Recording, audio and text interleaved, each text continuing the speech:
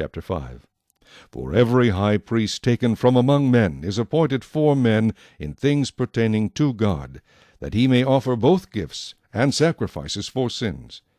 He can have compassion on those who are ignorant and going astray, since he himself is also subject to weakness.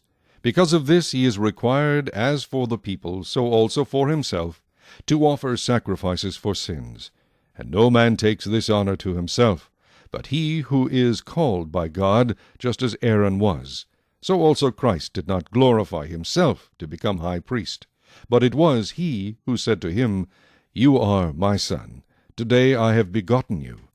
As he also says in another place, You are a priest forever, according to the order of Melchizedek, who in the days of his flesh, when he had offered up prayers and supplications, with vehement cries and tears to him who was able to save him from death, and was heard because of his godly fear, though he was a son, yet he learned obedience by the things which he suffered.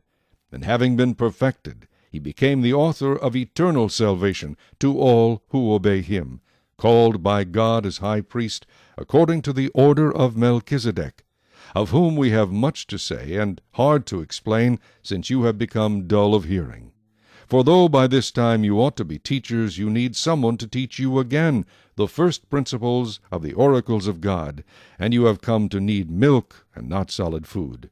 For everyone who partakes only of milk is unskilled in the word of righteousness, for he is a babe. But solid food belongs to those who are of full age, that is, those who by reason of use have their senses exercised to discern both good and evil.